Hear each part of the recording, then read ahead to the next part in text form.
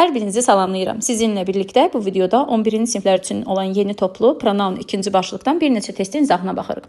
Əvvəlcə test izahına keçməzdən əvvəl onu xatırladım ki, bu testdə siz nöqtələrdən sonra ya of, ya isim, ya da xəbər görürsünüz.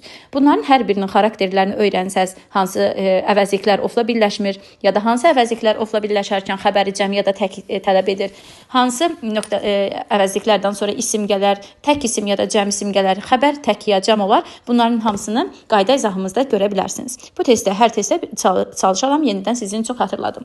Əvvəlcə baxırıq nöqtələrdən sonra of verilib, bilirik ki, ofla birləşən pronounlarımız var. Ofla birləşən pronounları seçərkən mütləq xəbərə diqqət etməliyik. Çünki bəzi pronounlar ofla birləşərkən xəbəri tək, bəziləri isə xəbəri cəm edir. Xəbər tək istəyənlər each of, one of, neither, no, none of, either, every, ayrı, one of. Bunlar xəbəri tək tələb eləyəndir. Xəbəri cəm tələb eləyənlər isə both, all, some, any, many, more və most.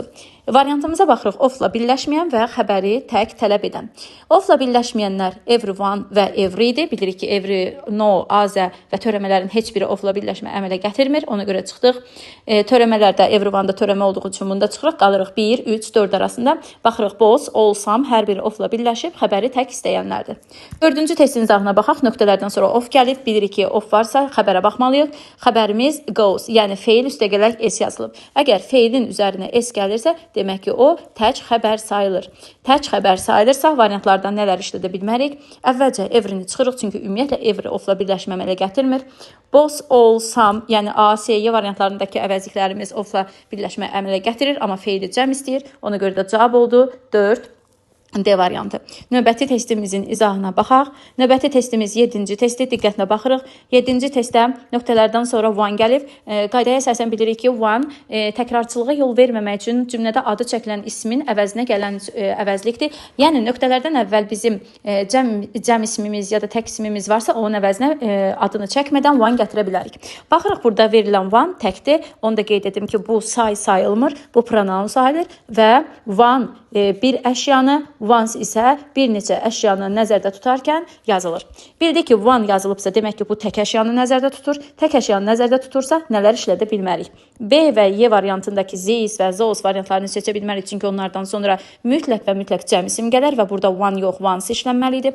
D variantındakı A səsdən özündə S var deyə qətiyyən ondan sonra isim qoymaq olmaz, gedir. A və S variantları arasında qalırıq. A variantında azə. Azə başqa deməkdir və özündən sonra əgər sayılan isim gəlirsə onu cəm istəyir, çünki başqa əşyalar deyirik. Tək bir əşyanı bildirmək üçün another variantından istifadə edərik. O da variantımızda olmadığı üçün cavab olur C variantı. 8-ci testin izahına baxaq. Variantda some və törəmələr görürük və every görürük. Some və everydən xarakterindən bilirik ki, onlardan sonra qətiyyən isimsiz işlənməz. Onların özündən sonra isim gəlməlidir, amma nöqtələrdən sonra about yazılıb. Bilirik ki, onlar isim deyil. Demək ki, every isim istəyir, ona görə bu every variantını çıxırıq. Some isim istəyir, ona görə some variantı çıxırıq. Cavab olur 1, 2, 3 və cümləyə nəzər salsaq görərik ki, cümləmizdə doesn't var. Doesn't inkarlıq bildirir. Bir cümlədə bir inkar varsa, qətiyyən ora ikinci bir inkarı qoymaq olmaz. Ona görə cavab oldu 1, 3, A variantı. Tərcümədə deyir ki, she doesn't know anything about him ya da she doesn't know everything about him. O, onun haqqında anything desək heç nə bilmir, everything desək hər şeyi bilmir deməkdir. Növbəti testimizdə 9-cu testə baxaq. Nöqtələrdən sonra rights gəlib. Rights hüquq deməkdir uşaqlar və isim sayılır. İç azır qaydasından bilirdik ki, iç azır one nazirdən sonra isim gəlməz. Əgər isim gətirmək istəyiriksə, mütləq və mütləq apostrof s-dən istifadə etməliyik. Ona görə apostof apostrof s olmayanları çıxıram. İç azır, one nazir çıxıram və bilirdik ki, iç azərə bitişik s olmaz. Çünki iç azər tək iki adamı, one nazir ikidən çox adamı bildirir. Yəni biri bir-birinin cəmi kimi işlənir deyə ona bitişik s qoymaq olmaz. C və Y variantları arasında qalırıq.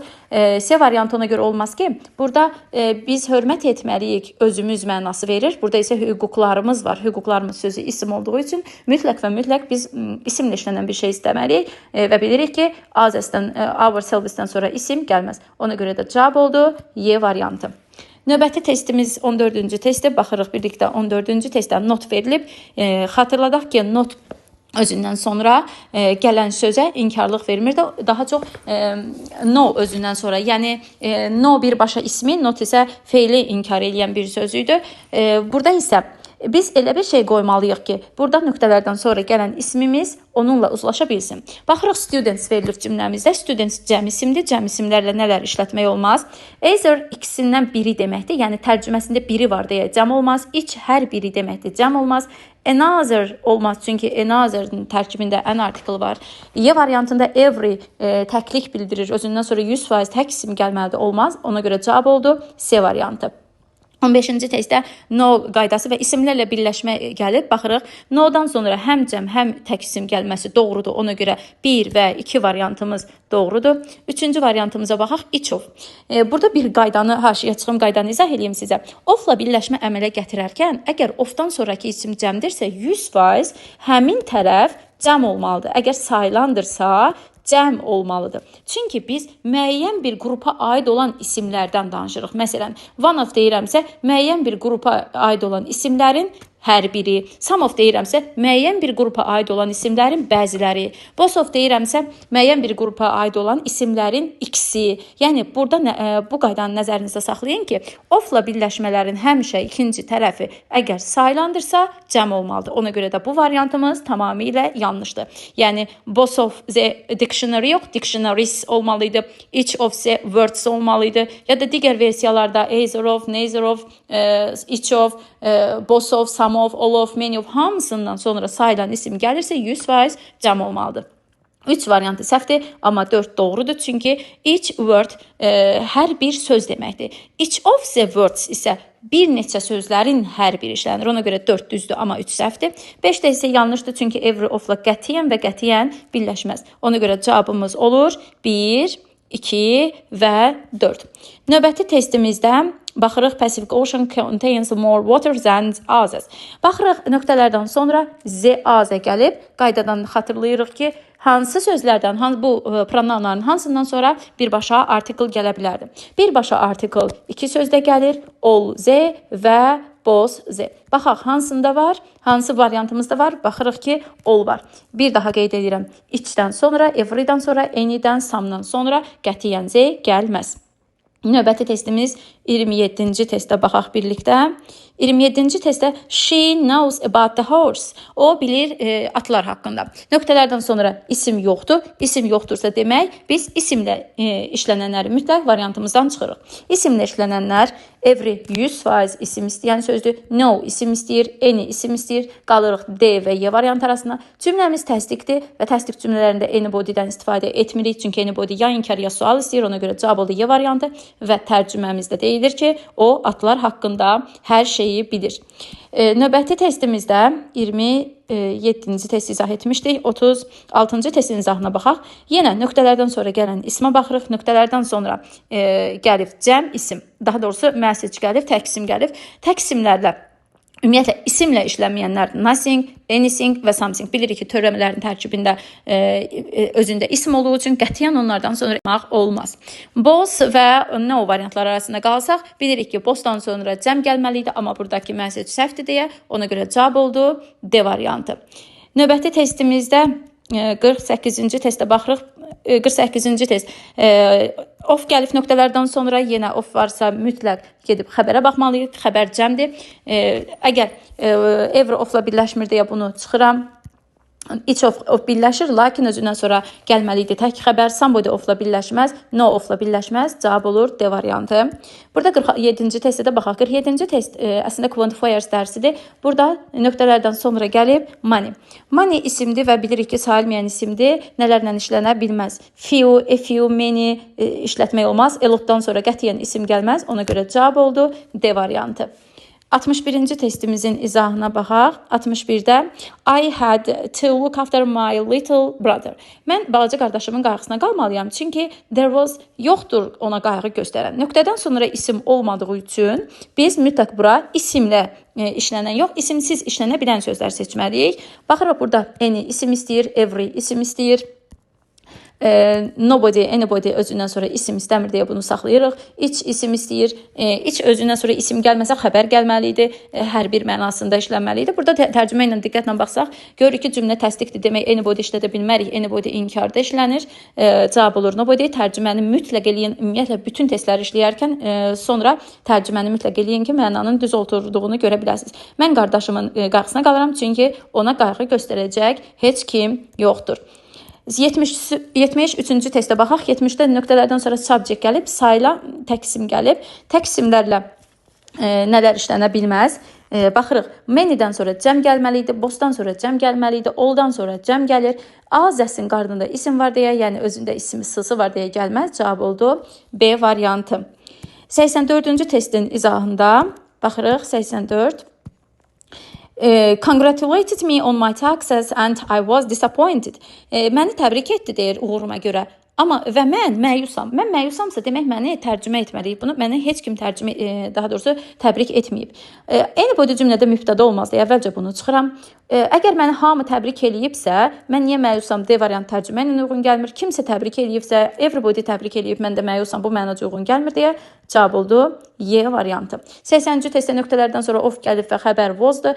Ona görə boss olub çıxıram. 2 only one düzdür, each düzdür, neither düzdür. Ona görə cavab oldu 2, 3, 5.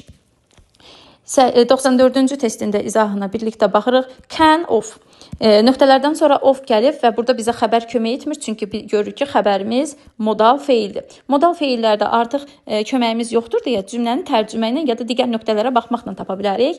İkinci nöqtələrimizdə bizim place var. Place sözü isim olduğu üçün isimlə işləməyən bütün sözləri çıxıram. Bildirəm ki, anything və A variantındakı anything isimlə işləmir. Qalırıq B, C, Y variantları arasında. Birinci nöqtədə isə of var idi. Ofla birinci nöqtəyə əsasən birləşməyənlər B variantındakı N1, C variantındakı N1-dır. Cavab oldu Y variantı. 103-cü testimizə də baxaq, elə burada açıqdır. Their friends. Nöqtələrdən sonra Z gəlibsə, burada bilməli olduğumuz bir məqam var. Bəzi pronounlar ofla mütləq işlənir, amma bossla ol, ofu bu sözlərdə of düşə də bilir və bu zaman onlardan sonra birbaşa article gələ bilər. Yəni all-z və boss-z demək olar, amma qalan digər samdı, içdi, digər ofla birləşənlərin heç biri birbaşa z ilə işlənə bilməz. Bu testdə bir düzdür, çünki boss-z işlətmək olar. Həm də burada xəbərə baxırıq, xəbər word-dur. Demək ki, burada all of da olar. One of-un xəbəri tək olmalı idi deyə burada 4 səhvdir. Some of-un xəbəri cəmdir deyə bu düzdür. Bəs iç olarmı? Xeyr, içdən sonra qətiyyən article qoymaq olmaz. Növbəti testimizdə 107-ci testə baxaq. Nöqtələrdən sonra problems gəlir. Problems saylandır və cəmdir. Ümumiyyətlə isim istəməyən hansı variantımız var? A zəsilərdən, yəni sonu s ilə bitənlərdən sonra qətiyyən isim gəlməz. Another'dan sonra qətiyyən cəm isim gəlməz. Ona görə cavab oldu any other. 114-cü testin izahına baxırıq. Nöqtələrdən sonra birbaşa qeys gəlib, bilir isim dərsindən xatırlayırıq ki, isim dərsinə verilmişdir ki, qeys cəmlik bildirir və qazlar deməkdir. Cəmlə işlənən pronounları saxlayaq. Birinci boss düzdür, some düzdür və all düzdür. Yerdə qalan əvəzliklər every, each və either isə hər biri özündən sonra mütləq və mütləq tək isimlər tələb edir. Və bu tipdə testlər işləyərkən mütləq ismə diqqət edin. Növbəti testdə let me have water. Nöqtədən sonra water gəlib isimdir. Özündən sonra isim tələb etməyən pronounlarımızı tez çıxırıq. Anything və something, nothing çıxır. Törəmədi bunlar çünki. C variantında no, any, no qaydasından bilirik ki, no qətiyyən article, any of qəbul etməz. Ona görə o variantda çıxdı. Qalırıq A və D variantları arasında. Some water da düzdür, no water da düzdür. Ona görə mütləq və mütləq ikinci tərəfi tərcümə etməliyik. Bir daha deyirəm, ümumiyyətlə test işləyərkən nöqtəsiz cümlə bizə ipucu cümləsidir. Burada deyir ki, mən çox susuzdamışam.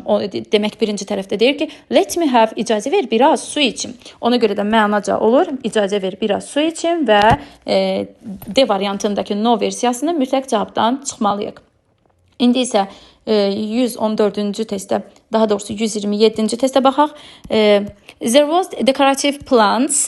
Nöqtələrdən sonra gəlib sides. Sides tərəflər deməkdir. Sides cəmdə olduğu üçün özündən əvvəl nələr gəlməz? İç gəlməz, neither gəlməz, every və either gəlməz. Çünki onlardan sonra mütləq və mütləq cəm isim gəlməlidir. Demək ki, cavab oldu boss variantımız.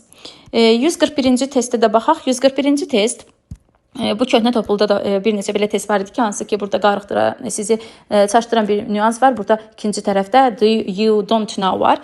Əvvəlcə birinci tərəflə işləyək. Birinci tərəfdə gözümüzə çarpan bir dənə never var. Never özü inkardır və qətiyyən never olan cümlələrə inkar əvəzlik və some və onun törəmələrini gətirmirik. Ona görə birinci tərəfdən something, nothing variantlarını çıxırıq. Cavab olur ya A, ya da D variantları. İkinci tərəfdə there is, that you don't know. Əvvəlcə isə buradan bunu xatırladım ki, burada zətdən sonra verilən cümlədəki inkarın birinci tərəfə heç bir aidiyyəti yoxdur. Yəni variantda nothing olsaydı da, variantda something olsaydı da, onlar mənaca otururdusa, qrammatika cəhətdən heç bir problem yox idi. Elə bax burada something var. Buradakı you don't know cümləsinin əvvəldəki yazılan something-ə heç bir aidiyyəti yoxdur. Çünki bu cümlənin xəbəri there-isdəki izdir. İnkar olmuş olsaydı, inkarlığı həmin nöqtədə verə bilərdilər. İndi bir dəfə everything-i, bir dəfə isə something-i yerinə qoyub tərcümə edirəm. Əgər A-nı qoysam tərcümə belə olur. Sən you can never know everything. Sən həmişə hər şeyi bilə bilməzsən. There is always everything. Həmişə hər şey olacaq ki, sən onu bilmirsən. Bu mənaca uyğun gəlmir. Mənaca uyğun gəlir ki, həmişə nəsə olacaq ki, sən onu bilmirsən. Demək ki, mənaca oldu something. Bu tipdə bir 3 dənə arxa-arxaya test var. Mütləq o izaha qulaq asdıqdan sonra digər testləri özünüz yazmağa çalışarsınız. 146-cı testə baxırıq. Nöqtədən sonra birbaşa xəbər gəlib. Xəbər gəlibsə demək birbaşa xəbərlə işlənməyənlər everyday çıxdıq. Variantlarımız everything, nothing, everybody oldu. Demək ki, artıq hər biri xəbərlə işlənə bilirdi. Biz ikinci tərəfi tərcümə etməliyik. O fearless məndir, o qorxusuz adamdırsa, demək ki, Stephen-ı nə qorxuda bilər? O qorxusuzdursa, Stephen-ı all hər şey ya da everything hər şey ya da everybody hər şey qorxuda bilər mənaca uyğun gəlmir. Ona görə cavab olur C variantı. Növbəti 47-yə də baxaq. 47-ci testdə nə yazılıb? Nöqtədən sonra student var, nöqtədən əvvəl no var. No qaydasında demişdik ki, no-dan sonra qətiyyən və qətiyyən artikel qoymaq olmaz.